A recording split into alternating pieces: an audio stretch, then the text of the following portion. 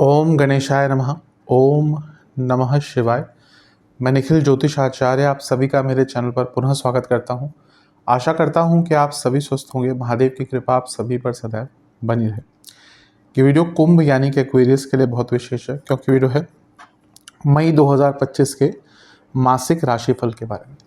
कैसा रहेगा मई का महीना कुंभ के लिए। जो मेरा मासिक राशिफल होता है वो प्रमुखतः जीवन की मुख्य चीज़ों पर आधारित होता है, जैसे कि सामान्य विश्लेषण, career, business, income, investment, love life, married life, students और सेहत। और इसके साथ ही वीडियो के अंत में कुछ विशेष उपाय भी बताता हूं, जिसके करने से महीने की सकारात्मकता में वृद्धि होती है।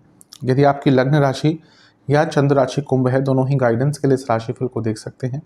जहां से आपको ज़्यादा सूट करता है, रिलेट करता है, वहां से इसको ऑब्जर्व कीजिए। व्यक्तिगत तौर पे मेरा मानना है लग्न राशि से देखेंगे तो अच्छा है। इनकेस नहीं पता आपको अपनी लग्न राशि, तो आप अपनी चंद्र राशि से भी इसको ऑब्जर्व कर सकते हैं। तो शुरू करते हैं इस अत्यंत महत्वपूर्ण मासिक राशिफल का, जो कि है कुंभ के लिए, सामान्य विश्लेषण के साथ। शुरू करते हैं सामान्य विश्लेषण के साथ। ये महीना बहुत विशेष है, क्योंकि ये महीना 3 बड़े ग्रहों का राशि परिवर्तन लेकर आ रहा है, राहु, केतु, बृहस्पति। और जिसमें से राहु तो आपके लग्न भाव में ही आकर बैठ जाएंगे। सबसे पहले लग्न भाव पर प्रभाव देखते हैं। सबसे ज़्यादा प्रभाव तो इस महीने, खैर बाद में बदलेगा, 18 तारीख के बाद, 14 तारीख के बाद भी बदलेगा, लेकिन पूरे महीने अगर एक ग्रह निरंतरता से आपके लग्न भाव को देखेगा, वो है मंगल। मंगल जो आपके दशमेश भी हैं, त्रियेश भी हैं, वो पूरे महीने आपके लग्न भाव को देखते रहेंगे। 2 उपचय भावों के स्वामी हैं, उपचय भाव में बैठे हैं और नीच की अवस्था में है। नीच की अवस्था के मंगल छठे घर में, ऑब्वियसली कुंभ के लिए ही हो सकते हैं, वो और भी बलशाली हो जाते हैं। तो ये ऊर्जा से भरने वाले, ये कार्यों को पूर्ण करने वाले, एक हिम्मत देने वाले ग्रह और उदासीनता से दूर करने वाले ग्रह हैं। बस एक चीज़ का ध्यान रखना है, नीच के मंगल हैं तो गुस्सा थोड़ा सा ज़्यादा रहेगा। अपने गुस्से पर जितना नियंत्रण रख सकते हैं उतना आपके लिए अच्छा रहेगा। नीच के मंगल 12वें घर को भी देख रहे हैं, तो इस महीने कुछ अचानक से बड़े खर्चे भी आपके हो सकते हैं, क्योंकि वो अर्थ त्रिकोण के स्वामी हैं, यानी कि 10वें घर के स्वामी हैं और 10वें से त्रिकोण में बैठे हैं। कार्य क्षेत्र में भी अपने प्रतिद्वंदियों पर हमेशा हावी रहेंगे, पर दुश्मनों की संख्या भी थोड़ी बढ़ती रहेगी। इसलिए कोशिश कीजिएगा कि दुश्मनों की संख्या में बढ़ोतरी ना हो। इनको छोड़कर लग्न पर किसी और ग्रह का प्रभाव 14 तारीख तक नहीं आएगा। पहला जो राशि परिवर्तन इस महीने का होगा वो बुध का होगा, और बुध आपके 30वें घर में आ जाएंगे 7 तारीख को, और बुध आदित्य योग बनाएंगे। और बुध जो है वो आपके अष्टमेश भी हैं और पंचमेश भी हैं। पंचमेश का 30वें घर में बुध आदित्य योग बनाना, यानी कि बुद्धिमत्ता और कार्यकुशलता दोनों का साथ प्राप्त होगा। और अष्टमेश का 30वें घर में जाना, अपने से अष्टम में और सूर्य के साथ बैठना जो सप्तमेश है, यानी कि बिजनेस में भी लाभ होगा और कुछ नया करने की हिम्मत, रिस्क टेकिंग एबिलिटी भी बढ़ेगी। और एक प्रकार से कोई बहुत पुराना प्रॉब्लम चल रहा था, उसका सॉल्यूशन भी आपको अपनी बुद्धिमत्ता के द्वारा ही ढूंढने को प्राप्त होगा। ये भी बहुत अच्छा है। इसके बाद जो गोचर होगा वो देवगुरु बृहस्पति का होगा। देवगुरु बृहस्पति 14 तारीख को आपके पंचम भाव में आकर बैठ जाएंगे। यूँ तो 1 साल के लिए यहाँ पे हैं, बीच में 2 सवा 2 महीने के लिए थोड़ा आगे जाएंगे अतिचारी होने के कारण, लेकिन पुनः फिर वापस आ जाएंगे। देवगुरु बृहस्पति पर मैं अलग से वीडियो बना ही चुका हूँ, बहुत डिटेल में है, यहाँ पे संक्षिप्त में चर्चा करेंगे। पहले तो वो आपके लाभेश भी हैं और धनेश भी हैं और लक्ष्मी स्थान में बैठ रहे हैं, अपने आप में बहुत अच्छा है। उनका भाग्य स्थान को देखना भाग्य की बढ़ोतरी करेगा। उनका लाभ स्थान को देखना, जो उनकी खुद की राशि है, लाभ बढ़ाएगा। उनका लग्न भाव को देखना, बीइंग धनेश एंड लाभेश, मतलब कि आपके धन स्थान के स्वामी और लाभ स्थान के स्वामी होने के नाते धन की वृद्धि करेगा ही। तो एक प्रकार से ये जो महीना है कुंभ के लिए, ये बहुत चेंज लेके आने वाला है, स्पेशली धन के मामले में बहुत श्रेष्ठ होने वाला है। पंचम के गुरु ज्ञान को भी बढ़ाते हैं, पंचम के गुरु साधनाओं को भी बढ़ाते हैं, और पंचम के गुरु आपके आइडियोलॉजी को चेंज करते हैं, और पंचम के गुरु क्रिएटिविटी को बहुत बढ़ा देते हैं। तो एक प्रकार से पंचम के जो गुरु हैं ये बहुत अच्छा रिजल्ट देंगे। संतान प्राप्ति का भी योग बनता है। हाँ, देवगुरु बृहस्पति पंचम में जब आते हैं तो कारको भावनाशय दोष भी उत्पन्न करते हैं, तो जिनकी अपनी कुंडली में गुरु खराब है, पंचम भाव का स्वामी खराब है, पंचम भाव पर बहुत बुरा प्रभाव है, सप्तांशा कुंडली में कुछ ना कुछ नेगेटिविटी है, बाकी भी कई फैक्टर्स देखने पड़ते हैं, उनके लिए यहाँ पर थोड़ा सा संतान प्राप्ति में बाधाएं आ सकती है। तो जिनको ऐसा दिख रहा है, प्रॉब्लम्स आ रही है, तो वो किसी से कंसल्ट करके जो भी उसके उपचार होते हैं, उपाय होते हैं, वो कर सकते हैं। अदरवाइज तो ये गुरु पंचम में एक प्रकार से संतान प्राप्ति का योग बना ही देते हैं। स्पेकुलेटिव मार्केट्स आदि के लिए भी बहुत लाभकारी होंगे। इसके बाद 15 तारीख को गोचर होगा सूर्य का, और सूर्य आपके चौथे घर में आकर बैठ जाएंगे। सूर्य केंद्र के स्वामी हैं, तो जब केंद्र में जाते हैं तो राजयोग बनाते हैं। यहाँ से सूर्य का प्रभाव रहेगा 10वें घर पर, और वो 7वें घर के स्वामी हैं, जो 10वें से 10वां है, प्रमोशन का भाव है। उनका सप्तम भाव का स्वामित्व लेकर 10वें घर को देखना, यानी कि प्रमोशन का योग बन जाता है। हाँ, ये है क्योंकि सूर्य का दिग्बल समाप्त है, तो मे बी प्रमोशन अगर आपकी होती है 15 तारीख के बाद, तो वो बहुत डिज़ायरेबल शायद ना हो, मतलब कि जो आप सोच रहे हैं, एंटिसिपेट करके बैठे हैं कि हाँ इतना पैसा बढ़ेगा, ऐसी पोस्ट मिलेगी, शायद वैसा ना हो, पर फिर भी एक प्रकार से अच्छा ही योग है। इसके बाद होगा राहु केतु का गोचर, जो बहुत विशेष होगा आपके लिए। क्यों? क्योंकि राहु आपके लग्न में ही आकर बैठ जाएंगे 18 साल बाद, और केतु आपके सप्तम में बैठेंगे, ये भी 18 साल बाद ही होता है। इनका पूरा जो काल चक्र कंप्लीट करने का समय होता है ना, वो 18 साल होता है। एक राशि में 18 महीने रहते हैं, पूरा जो काल चक्र इनका होता है वो 18 साल लग जाता है। यानी कि 2025 चल रहा है, तो यहाँ से करीबन 18 साल पहले राहु कुंभ में आए होंगे पहले। तो ऑब्वियसली जब मैं हमेशा कहता हूँ बड़े ग्रहों का लग्न में आना एक लाइफ चेंजिंग और लाइफ मूविंग इवेंट होता है, तो वैसे ही राहु का आज के टाइम में राहु से ज़्यादा लाभकारी कोई ग्रह है ही नहीं। मैं तो कहूँगा ज्योतिष में मेरा सबसे फेवरेट ग्रह अगर कोई है तो राहु है। अब क्या है कि शास्त्रों में राहु केतु, स्पेशली जो क्लासिक शास्त्र हैं, उसमें राहु केतु का वर्णन बहुत कम है, और जितना भी है वो बहुत नेगेटिव है, क्योंकि जब वो लिखे गए थे तो वहाँ पे भौतिकता शायद उतनी नहीं थी। ज्योतिष कहीं ना कहीं जो मूल तत्व ज्योतिष का था वो आध्यात्मिक भी था, जो बाकी चीज़ें होती हैं उन पर ज़्यादा फोकस था। अब देखिए जो भी क्लासिक शास्त्र उसमें राहु केतु का बहुत वर्णन नहीं। हाँ, साउथ इंडियन जो ज्योतिष है, नाड़ी ज्योतिष है, नाड़ी ज्योतिष के कई ब्रांचेज है, वहाँ पर बहुत वर्णन है, बहुत उल्लेख है। तो राहु केतु बहुत इंपॉर्टेंट ग्रह है, आज के टाइम में तो बहुत ज़्यादा इंपॉर्टेंट ग्रह है। तो लग्न में राहु का आना एक प्रकार से जीवन को बदलने वाला ही एक आपका अनुभव होगा। राहु अनकन्वेंशनल है, और राहु तेज गति से धन देते हैं, और एक प्रकार से धन स्थान से ही आ रहे हैं, तो धन कमाने के बहुत मौके, कुछ अलग करने के मौके, अपने जीवन को बहुत ज़्यादा विशाल करने का मौका। एक प्रकार से गुरु का प्रभाव भी है लग्न में, और राहु का प्रभाव भी है, तो अपने आप में बता रहा है कि जीवन को बहुत विशाल करने का अवसर यहाँ पर प्राप्त होगा। इसके साथ ही सप्तम में केतु आएंगे। हाँ, ये थोड़े प्रॉब्लमेटिक है, क्योंकि ये सप्तम में केतु आते ही पहले तो मैरिड लाइफ को ख़राब करते हैं, मैरिड लाइफ में प्रॉब्लम्स क्रिएट करते हैं। कभी भी ये कहना कि एक ग्रह से डाइवोर्स हो जाता है, मैं हमेशा इस चीज़ के पक्ष में नहीं हूँ, और राशिफल में वैसे भी सामान्य चीज़ें ही बताई जाती हैं, तो बहुत चीज़ें और भी देखनी पड़ती हैं। पर क्योंकि राशिफल की बात करें तो हाँ, कह सकते हैं जनरली सप्तम के केतु मैरिड लाइफ में प्रॉब्लम्स क्रिएट करना शुरू कर देते हैं। तो सप्तम में केतु आए तो मैरिड लाइफ में दिक्कतें, कंपैटिबिलिटी इश्यूज, और ये पति या पत्नी के जो आपके हैं उनकी सेहत के लिए भी अच्छा कंसिडर नहीं होता। व्यक्ति के सोशल इमेज में थोड़ा सा बदलाव लाते हैं केतु, सोशल सर्कल में बदलाव लाते हैं, और एक प्रकार से जो लोग बिजनेस करते हैं उनको कुछ बड़े बदलाव करने पर मजबूर करेंगे। तो राहु केतु का गोचर अवश्य बहुत बड़ा है।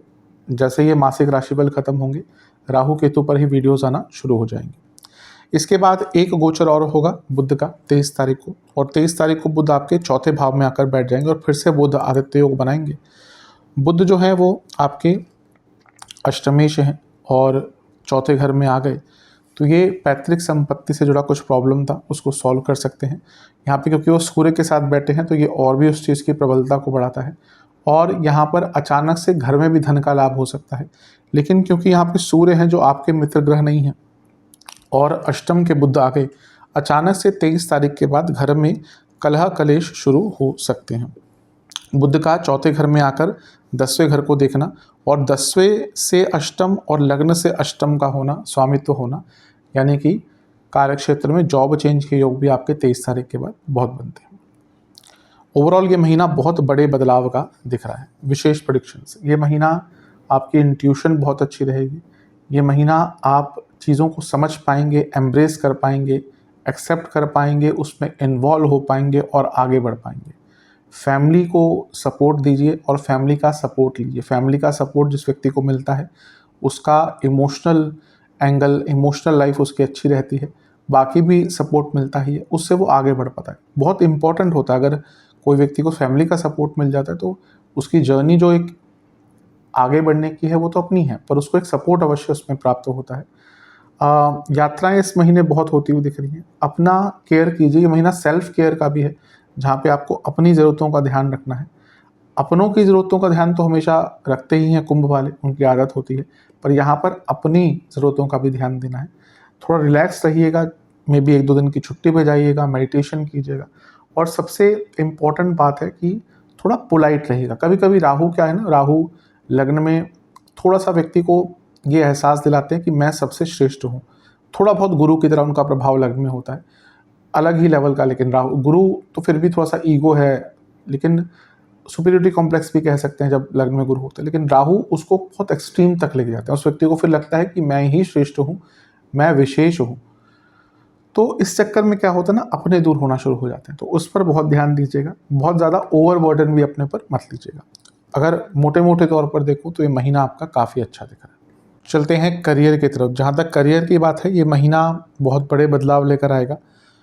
सबसे पहले तो 10वें घर पर देखें तो गुरु का प्रभाव 14 तारीख तक रहेगा, और गुरु आपके लाभेश धनेश हैं, और 14 तारीख तक उनकी दृष्टि धन की वृद्धि का योग बनाती है। तो बहुत चांसेस है कि जाते जाते जो गुरु हैं ये कार्य क्षेत्र में आपको धन की वृद्धि देकर जाएं। मंगल जो है वो 10वें घर के स्वामी हैं और 6ठे घर में है, तो बहुत अच्छा है ये योग बनता है जो, और ये क्रिएटिविटी और प्रोडक्टिविटी दोनों को ही, कार्यकुशलता हो, प्रॉब्लम सॉल्विंग कैपेसिटी हो कार्य क्षेत्र में, सब कुछ अच्छा रहेगा। पर क्योंकि 6ठे घर में है मंगल, आप अपने शत्रुओं पर हावी तो रहेंगे, पर शत्रु बढ़ते भी जाते हैं। तो कोशिश यही करनी है कि शत्रुओं की संख्या ना बढ़े। पहला जो गोचर होगा इस महीने का वो बहुत इम्पोर्टेंट होगा, क्योंकि बुध आपके 3रे घर में आकर बैठ जाएंगे सूर्य के साथ, और यहाँ पे उनका 3रे घर में आना आपके स्किल इम्प्रूवमेंट की ओर इशारा करता है। तो जो लोग कार्य क्षेत्र में कुछ नया सीखना चाहते हैं, कुछ नया करना चाहते हैं, कुछ नए रोल्स को एक्सेप्ट करना चाहते हैं वॉलंटरली, उनके लिए बहुत अच्छा रहेगा, और कुछ नया सीखने का अवसर आपको यहाँ पर बहुत प्राप्त होगा। इसके बाद जो गोचर होगा 14 तारीख को गुरु, उनका प्रभाव कहीं ना कहीं पंचम पर आ जाएगा। 14 तारीख को वो राशि बदल के पंचम पे आ जाएंगे, और क्योंकि वो लग्न भाव को देख रहे हैं, ये अपने आप में इंडिकेट कर रहा है कि आपका पैसा 14 तारीख के बाद भी बढ़ सकता है कार्य क्षेत्र में। यानी कि अगर आपकी जॉब में, बहुत प्राइवेट कंपनीज होती हैं जो सैलरी के साथ साथ बहुत और चीज़ें ऑफर करती है, आपका परफॉर्मेंस बोनस हो, शेयर्स हों, कभी कभी तो होता है व्यक्ति की सैलरी जितनी है उससे ज़्यादा उसकी एक्स्ट्रा इंसेंटिव्स वगैरह आ जाते हैं। कई ऐसी बड़ी बड़ी मल्टीनेशनल कंपनीज़ हैं, तो जो उस प्रकार की कंपनीज में काम करते हैं उनको पता है कि हाँ अच्छा काम करेंगे, परफॉर्मेंस बेस्ड काम करेंगे, या उनको ग्रोथ परफॉर्मेंस के बेस पे मिल सकती है। यहाँ से उनका एक प्रभाव नवम पर भी रहेगा, और ये 10वें से 12वां भाव है, कहीं ना कहीं इंडिकेट कर रहा है कि थोड़े ट्रांसफर्स वगैरह आपके इस महीने हो सकते हैं। इसके बाद गोचर होगा, अच्छा हाँ, गुरु की एक दृष्टि लाभ स्थान पर भी है, तो ये आपके करियर में वृद्धि ही अंकित कर रहा है। अगला जो गोचर होगा वो होगा राहु केतु का, और राहु आपके लग्न भाव में, नहीं सॉरी, सूर्य का गोचर एक बीच में होगा। 15 तारीख को सूर्य आपके 4थे भाव में आ जाएंगे। जैसे मैंने सामान्य विश्लेषण में कहा था, ये प्रमोशन का योग बना रहे हैं। क्यों? क्योंकि वो एक तो 7वें घर के स्वामी है जो 10वें से 10वां है, और उनकी दृष्टि यहाँ पर 10वें घर पर पड़ रही है। बस जैसे मैंने कहा उनका दिग्बल समाप्त है, तो मे बी जो प्रमोशन होगी वो बहुत डिज़ायरेबल आपकी नहीं होगी, लेकिन प्रमोशन का योग 15 तारीख के बाद बना देते हैं। राहु केतु का गोचर बहुत निर्णायक होगा। राहु आ जाएंगे लग्न में, केतु आ जाएंगे सप्तम में। ये क्योंकि जो भाव है ये 10वें से 10वां है, और राहु केतु एक्सेस में आ गया, बहुत चांसेस है कि महीने के अंत की तरफ आपका बहुत जो रोल है कंपनी में, जो भी आप जहाँ पे भी काम करते हैं, जो आपका रोल है उसमें अचानक से कई बदलाव आना शुरू हो जाएंगे। थोड़ा सा केयरफुल रहेगा। सप्तम में केतु कभी कभी व्यक्ति के ऊपर झूठे आरोप लगवाते हैं, तो इनिशियली इस चीज़ का आपको बहुत ध्यान देना है। इसके बाद जो गोचर होगा वो होगा बुध का। 23 तारीख को बुध आ जाएंगे आपके 4थे घर में, यानी कि सूर्य के साथ बैठ जाएंगे। अब बुध जो है वो लग्न से भी अष्टम के स्वामी हैं और 10वें से अष्टम के स्वामी हैं, और उनका लग्न भाव को देखना, 10वें घर को देखना, ये सीधा इंडिकेट करता है कि आपकी जॉब चेंज का योग 23 तारीख के बाद बहुत अच्छा बन रहा है। तो जो लोग जॉब चेंज करने के इच्छुक हैं, 23 तारीख के बाद बहुत अच्छा योग बन रहा है। विशेष प्रेडिक्शन, ये महीना यात्राएं बहुत रहेंगी, तो जिनकी ट्रैवलिंग जॉब है उनको बहुत यात्राएं करनी पड़ेंगी। साहस बहुत रहेगा, अपने कलीग्स को के साथ अच्छी बनाकर रखिएगा, एक अच्छा एटमॉस्फेयर बनाकर रखेंगे तो आपको बहुत हेल्प मिलेगी। थोड़ा सा फ्रेंडली रहेंगे, वो अपनी तरफ से थोड़ा सा फ्रेंडनेस दिखाएंगे तो अच्छा है। थोड़ा सा कभी कभी डर महीने के मध्य भाग के बीच में कुछ टाइम के लिए रहेगा, लेकिन चीज़ें ठीक हो जाएंगी। आपका इंट्यूशन कहिए बहुत अच्छा रहेगा, आपकी ऊर्जा बहुत अच्छी रहेगी कार्य क्षेत्र में। हर चीज़ पर रिएक्ट करने की आवश्यकता नहीं है, हर व्यक्ति पर रिएक्ट करने की आवश्यकता नहीं है। लोग तो कहते ही हैं कुछ ना कुछ, आप अच्छा करेंगे तो भी ताना मारेंगे, बुरा करेंगे तो भी ताना मारेंगे। उस चीज़ का ध्यान नहीं रखना, अपने आप को इम्प्रूव करते रहना है। और ये महीना बड़ा सोचने का है, ये महीना छोटी मोटी चीज़ों में लिप्त होकर अपने आप को या अपनी ऊर्जा को ख़राब करने का नहीं है। कॉन्फ्लिक्ट से बचिएगा और जितना हो सके अपने जीवन को सुचारू रूप से आगे बढ़ाने के लिए कार्य क्षेत्र में एफर्ट्स कीजिएगा। महीना काफ़ी अच्छा है, किसी की बातों में ज़्यादा मत आइएगा। कुछ लोग यहाँ पे ना आपको भ्रमित करने का भी प्रयास करेंगे। महीना कार्य क्षेत्र के लिए ओवरऑल काफ़ी अच्छा है। चलते हैं बिजनेस की तरफ। बिजनेस की जहाँ तक बात है, ये महीना ओवरऑल देखा जाए तो अच्छा ही है, बदलाव बहुत आएंगे। सबसे पहले राशि परिवर्तन से शुरू करते हैं। पहला राशि परिवर्तन जो होगा बुध का होगा, और वो 7 तारीख को आपके तीसरे घर में आ जाएंगे, जो सप्तम से नवम भाव है। और बुध जो है वो सप्तम से धन और सप्तम से लाभ के स्वामी बन जाते हैं। तो ये, और क्योंकि वो सप्तमेश के साथ ही बैठ रहे हैं, यानी कि सूर्य, तो बिजनेस में आपको बहुत लाभ महीने के शुरुआत में ही मिल सकता है। बस ध्यान क्या देना है कि सप्तम भाव पापकर्तरी योग में है, एक साइड मंगल और एक साइड केतु, तो थोड़ा सा एग्रेशन, थोड़ी सी जल्दबाजी और दुश्मनों का प्रभाव ये महीने के शुरुआत से ही देखने को मिलेगा। पर ये बुध का गोचर आपके लिए लाभकारी होगा। कुछ लिखा पढ़ी के काम अटक रहे हैं वो भी पूर्ण हो सकते हैं। इसके बाद गोचर होगा गुरु का, और देवगुरु बृहस्पति का गोचर भी आपके लिए काफ़ी अच्छा साबित होगा, क्योंकि देवगुरु बृहस्पति आपके पंचम में आ जाएंगे। तो आप बोलेंगे पंचम में आने से क्या होगा? हमेशा बताता हूँ, बड़े ग्रहों का हर चीज़ पर प्रभाव होता है। सप्तम से लाभ में आ गए और लग्न से लाभ को देख रहे हैं, ये अपने आप में धन की वृद्धि दिखा रहा है। बृहस्पति सप्तम से पंचम, सप्तम से अष्टम के स्वामी हैं, तो ये दिखा रहा है कि नया काम भी मिलेगा और कंसिस्टेंसी से बिजनेस में नया पैसा आने की यहाँ पे मौके आपको प्राप्त होंगे। तो एक प्रकार से बहुत अच्छा है, इसका लाभ उठाइएगा। इसके बाद जो गोचर होगा वो सबसे डायरेक्ट इम्पैक्ट लेकर आएगा। बृहस्पति का तो इनडायरेक्ट इम्पैक्ट है, राहु केतु का डायरेक्ट होगा, क्योंकि राहु 18 तारीख को आपके लग्न भाव में और केतु 18 तारीख को आपके सप्तम में आ जाएंगे। इससे पहले एक गोचर और होगा, मैं उसको भूल गया बताना, लेकिन उस पर भी थोड़ी सी एक चर्चा कर लेते हैं। 15 तारीख को सूर्य आपके चौथे घर में आ जाएंगे, क्योंकि वो 10वें से 10वें भाव में है, ये अपने आप में काफ़ी अच्छा है। 7वें से 10वें भाव में है, अपने आप में काफ़ी अच्छा है। बिजनेस में एक कंसिस्टेंसी आती हुई दिख रही है। जिनका फैमिली बिजनेस है थोड़ा सा ध्यान रखें, क्योंकि फैमिली बिजनेस में थोड़ा सा कहासुनी, थोड़ा सा कलह कलेश हो सकते हैं। आते हैं राहु केतु पर।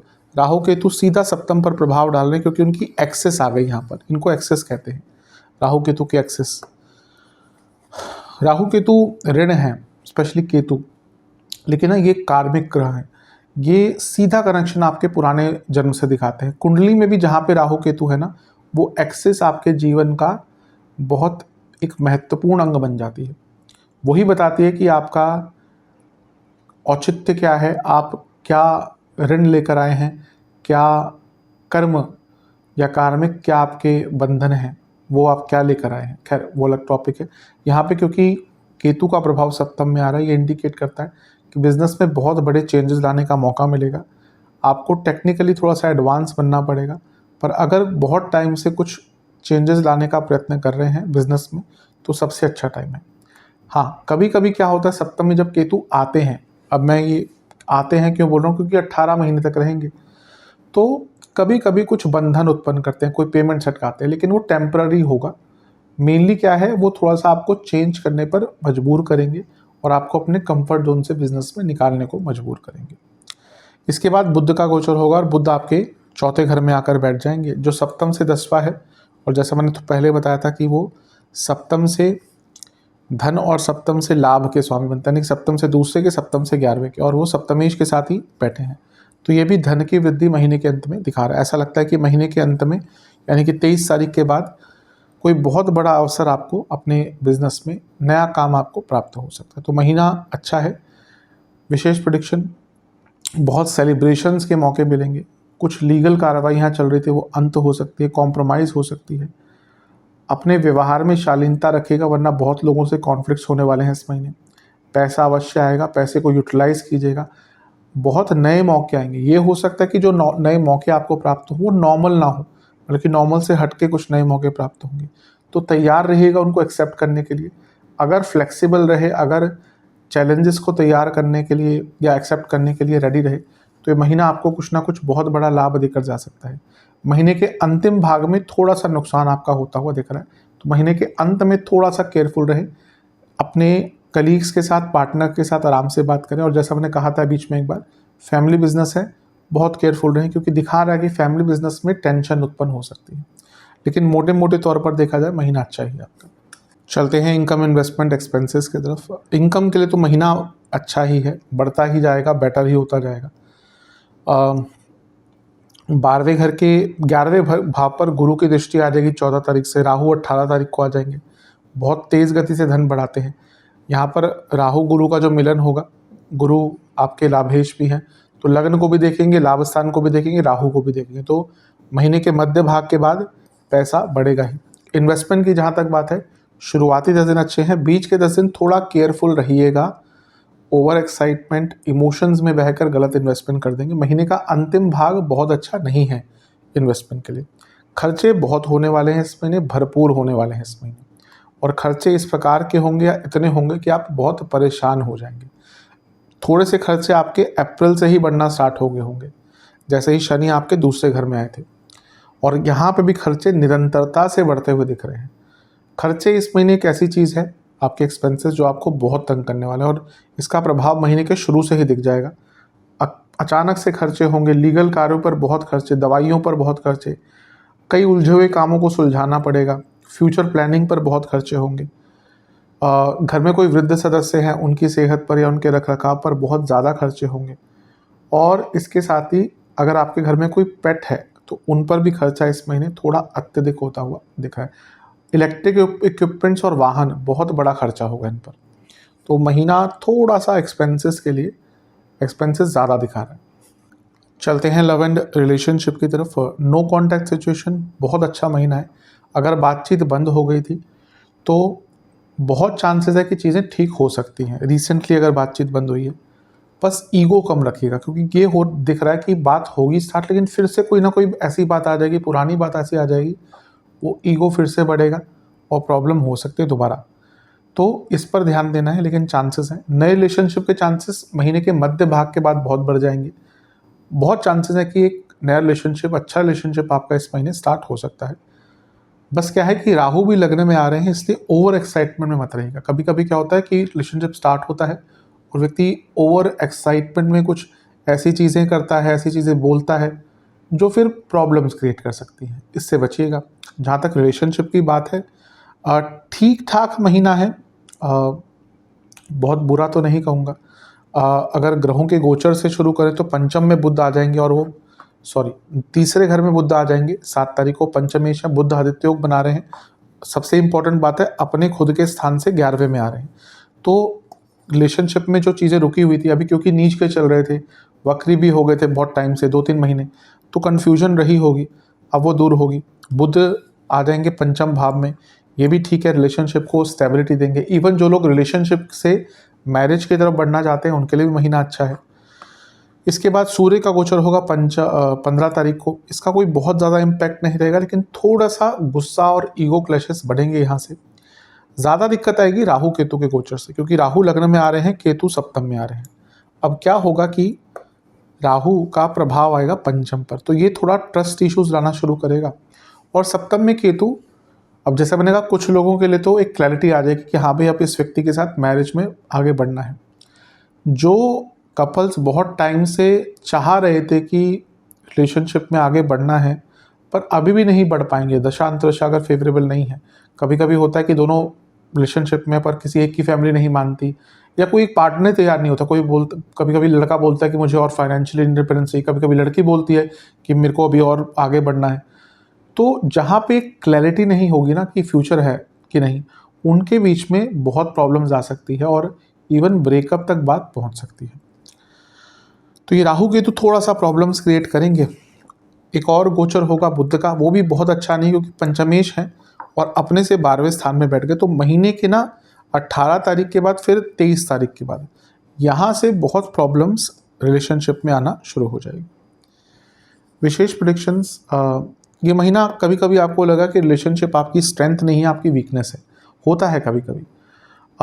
किसी भी पुरानी बात पर, पुरानी बहस पर ज़्यादा होल्ड ऑन मत कीजिएगा। कुछ लोगों की आदत होती है कि तुमने 1.5 साल पहले ये बोला था, अब उसका जवाब दो। ये चीज़ों से बचिएगा। अगर आपके पार्टनर अभी असहज है, कि वो, कभी कभी होता है कि एक पार्टनर नहीं चाहता शादी अभी करना, या उसको थोड़ा टाइम चाहिए, और कभी कभी क्या होता है ना, एक जो दूसरा पार्टनर होता है वो प्रेस करना शुरू करता है, नहीं अभी जवाब दो, अभी जवाब दो। यहाँ पे भी चीज़ें बिखरती हैं। टाइम दीजिए। कोई बच्चों का खेल नहीं है शादी। आजकल वैसे ही शादी चलाना बहुत मुश्किल चीज़ हो चुकी है। तो अगर आपके पार्टनर अभी रेडी नहीं है, थोड़ा टाइम दीजिए। अगर आपका रिलेशनशिप लंबा, ऑब्वियसली अगर आप शादी की तरफ बढ़ना चाह रहे हैं, यानी कि रिलेशनशिप को कुछ टाइम हो चुका है, तो इन दैट केस थोड़ा सा टाइम दीजिए। ज़्यादा कंट्रोलिंग मत बनिएगा। कोई अपना इमोशनल बैगेज अपने पार्टनर पर थोपने की कोशिश मत कीजिएगा। और सबसे इम्पॉर्टेंट बात है कि थोड़ा सा इमोशनली सेल्फ डिपेंडेंट बने। अभी लग रहा है कि इमोशनली आप बहुत डिपेंडेंट हो गए हैं, और ये आपके हर एरिया पे जीवन के नेगेटिव इम्पैक्ट डाल रहा है।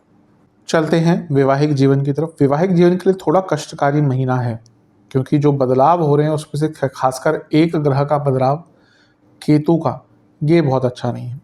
सबसे पहले तो 18 तारीख तक पाप कर्तरी योग में है, तो लड़ाई झगड़े बहुत रहेंगे। पहला जो गोचर होगा बुध का 7 तारीख को, ये ठीक ठाक है, थोड़ा कम्युनिकेशन इम्प्रूव होगा। इसके बाद गुरु का गोचर होगा 14 तारीख को, ये भी ठीक है। ये आपके पति या पत्नी के धन की वृद्धि दिखा रहा है। सप्तम से 11वें में आ गया, यानी कि पति या पत्नी को धन का लाभ हो सकता है, ठीक है। 15 तारीख को सूर्य का गोचर होगा, यहाँ से प्रॉब्लम बढ़ेगी। ईगो क्लैशेस हो, मैं श्रेष्ठ हूँ, मैं श्रेष्ठ हूँ, ये वाली बात हो, तुमने क्या किया, मैंने ये किया, ये वाली बातें हो, और इन लॉज हो, ये दिक्कतें यहाँ से शुरू होंगी। पर राहु और केतु, 18 को राहु लग्न में और केतु सप्तम में, ये बहुत प्रॉब्लमेटिक होते हैं। सप्तम के केतु प्रॉब्लम्स क्रिएट करते हैं। अब अगर खुद की कुंडली में केतु या सप्तम भाव बहुत पीड़ित है, अगर सप्तम में केतु ही बैठे हैं, क्योंकि नेटल ग्रहों के ऊपर नेटल ग्रह का गोचर बहुत इम्पैक्ट डालता है। मैं हमेशा कहता हूँ सामान्य जो राशिफल होते हैं वो सामान्य आधार पे ही होते हैं, कुंडली से कई चीज़ें बदल जाती हैं। अब यहाँ पे अगर आपके लेट्स से कि सप्तम में बृहस्पति हैं, और फिर उस नेटल बृहस्पति पर केतु का जो गोचर होता है, कभी कभी वो संतान का योग भी दर्शाता है। इसके कई कॉम्बिनेशंस अलग होते हैं। जैमिनी ज्योतिष में तो केतु को संतान का कारक भी कहा गया है। तो बहुत चीज़ें देखनी पड़ती हैं, जो पर्सनल कंसल्टेशंस अलग होती हैं, पर यहाँ पे एक सामान्य तौर पर देखें, हाँ, सप्तम के केतु मैरिड लाइफ में प्रॉब्लम क्रिएट करते हैं। तो जिनका अपने कुंडली में सप्तम भाव, शुक्र आदि बहुत प्रभावित है, सूर्य बहुत प्रभावित है, नवांश कुंडली में ग्रहों की स्थिति अच्छी नहीं है, उनके लिए मैरिड लाइफ में बहुत दिक्कतें आएंगी। और अगर मैं लॉन्ग टर्म भी देखूँ, अगले महीने केतु के साथ मंगल भी आ जाएंगे जून में। सप्तम से अष्टम में शनि है, जो बहुत अच्छी स्थिति नहीं है, और शुक्र जो कारक है वो भी शनि के साथ है। तो प्रॉब्लम्स तो रहेंगी। प्रॉब्लम्स आप देखेंगे जैसे ये राहु केतु का गोचर होगा ना 18 तारीख, उसके बाद प्रॉब्लम बहुत बढ़ेंगी। 23 तारीख को बुध का गोचर हो जाएगा, ये थोड़ा सा फिर से इम्प्रूवमेंट करेगा, पर मोटे मोटे तौर पर 18 तारीख के बाद मैरिड लाइफ में प्रॉब्लम्स आएंगी। जैसा मैंने सामान्य विश्लेषण में कहा था कि आपके पति या पत्नी की तबीयत भी अचानक से 18 तारीख के बाद खराब हो सकती है। स्पेशल प्रेडिक्शन, यहाँ पे आप दोनों के बीच में प्रॉब्लम्स तो है ही, कुछ बाहरी तत्व भी बहुत तंग करेंगे, उन पर ध्यान दीजिए। अकेले टाइम थोड़ा बिताइएगा, अपने लाइफ पार्टनर को स्पेस दीजिएगा। ज़्यादा मजाक, ज़्यादा व्यंग्यात्मक बातें बिल्कुल मत कीजिएगा। छोटी मोटी बातों पर गुस्सा नहीं करना, छोटी मोटी बातों को माफ़ करके आगे बढ़ना, हर चीज़ पर रिएक्ट नहीं करना, इन सब चीज़ों पर ध्यान दीजिएगा। बहुत कभी कभी गुस्सा आएगा, आपको कोशिश करनी है कि उस गुस्से वाले मोमेंट में चुप हो जाए या निकल जाए, कुछ और कर लें। अधिकतम हमारे जो रिश्ते टूटते हैं ना, वो जो हमें गुस्सा आ रहा होता है उस टाइम पे जो हम बकवास करते हैं, चीज़ें बोलते हैं जिसके कई बार मायने नहीं होते। यूजुअली क्या होता है ना, जब हमें गुस्सा आता है सबसे पहले तो हमारा दिमाग ही एकदम साथ देना बंद कर देता है, फिर उससे थोड़ा सा नीचे आती हैं चीज़ें यानी कि ज़बान पर, और फिर वहाँ पे हम उल्टा सीधा बोलते हैं और वहीं से चीज़ें बिगड़ती हैं। तो एक जो आप किसी भी बुद्धिमान व्यक्ति को देखेंगे ना, ऐसा नहीं कि उसको गुस्सा नहीं आएगा, उसको गुस्सा आएगा तो वो अपने उस गुस्से को चैनलाइज कर लेगा, कुछ और करना शुरू कर देगा, वॉक करना शुरू कर देगा, कहीं और चला जाएगा, क्योंकि गुस्सा तो आ गया, वेग है, गुस्सा एक वेग है, वो आ गया, उसको कहीं ना कहीं संचालित करना पड़ता है। तो ये समय के साथ चीज़ें आती हैं। कई बुद्धिमान लोगों में जानता हूँ, उनको जब गुस्सा आता है वो कुछ एक्टिविटी शुरू कर देते हैं, और ताकि वो माइंड भी डाइवर्ट हो और जो ऊर्जा है, जो वेग है गुस्से का, वो भी डाइवर्ट हो।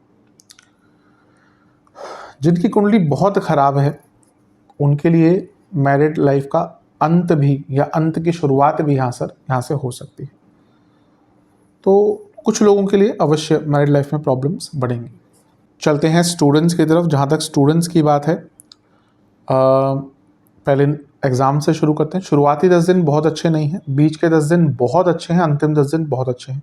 शुरुआती 10 दिन में ना आपके जो साथी संगी हैं वही आपके लिए प्रॉब्लम्स क्रिएट करेंगे। ओवरऑल अच्छा महीना है स्टूडेंट्स के लिए। 7 तारीख को ही बुध आदित्य योग बन जाएगा और ये पंचम से 11वें में बनेगा और पंचमेश के साथ बनेगा, यानी कि बुध के साथ, जो कारक भी हैं स्टडीज़ के स्टूडेंट्स के, बहुत अच्छा है। इसके बाद 14 तारीख को गुरु ही आपके पंचम भाव में आ जाएंगे, यानी कि स्टूडेंट्स के भाव में, बहुत श्रेष्ठ है। और इसके बाद क्या होगा, सूर्य का गोचर होगा और वो 15 तारीख को चौथे घर में आ जाएंगे। ये ठीक ठाक है, इससे कॉन्फिडेंस थोड़ा सा राइज होगा। और राहु केतु का गोचर भी आपका बहुत निर्णायक होगा। राहु का प्रभाव पंचम पर, यानी कि स्टूडेंट्स के लिए नई अपॉर्चुनिटीज़ और विदेश जाने के मौके भी खोल देता है। महीने के अंत में 23 तारीख को फिर से बुध आदित्य योग का बनना, यानी कि स्टूडेंट्स का की जो बुद्धिमता है वो साथ देगी, और वो पंचमेश भी है बुध, तो इसलिए ये और भी अच्छा आपके लिए बन जाता है। ओवरऑल देखें तो ये महीना कुछ बहुत नई संभावना अवश्य आपके लिए खोलने वाला है। विशेष प्रेडिक्शंस, मौके बहुत मिलेंगे, फैमिली सपोर्ट मिलेगा, कन्फ्यूजन दूर होने वाली है, कई चीज़ों का आरंभ होगा। हाँ, बस आपको मल्टीटास्किंग करनी पड़ेगी, क्योंकि ये महीना दिख रहा है कि अगर आप मल्टीटास्किंग नहीं कर पाए तो अपने कार्यभार को नहीं संभाल पाएंगे। बहुत अपॉर्चुनिटीज़ आने वाली है और यकीन मानिए जीवन आगे बढ़ने वाला है। एग्ज़ाम्स का दृष्टिकोण हो, एडमिशन्स का दृष्टिकोण हो, इंटर्नशिप की बात हो, स्टडी लाइफ को इम्प्रूव करने की बात हो, हर चीज़ के लिए महीना श्रेष्ठ है। सेहत की बात करते हैं। जहाँ तक सेहत की बात है, ये महीना एक प्रकार से सर के रोग, एंग्जाइटी, जिनको कोई साइकोलॉजिकल डिसऑर्डर है उनकी दिक्कत बढ़ेगी, आँखों के रोग, हार्मोनल प्रॉब्लम जिनको रहती है उनकी दिक्कत बढ़ेगी, एसिडिटी, लिवर की प्रॉब्लम जिनको है दिक्कत बढ़ेगी। शुरुआती 10 दिन आँखों के रोग, गले के रोग, एसिडिटी, बीच के 10 दिन पुनः गले के रोग, ENT प्रॉब्लम्स, थायराइड की प्रॉब्लम्स, हृदय संबंधित विकार, इन्फेक्शंस, फीवर, अंतिम 10 दिन वाटर रिटेंशन, चेस्ट संबंधित प्रॉब्लम, चेस्ट के एरिया से संबंधित प्रॉब्लम, सांसों से संबंधित रोग, सर के रोग बहुत तंग करेंगे, और वात रोग, बॉडी में पेन बढ़ेगा। तो इस प्रकार से सेहत पर थोड़ा सा ध्यान दीजिएगा।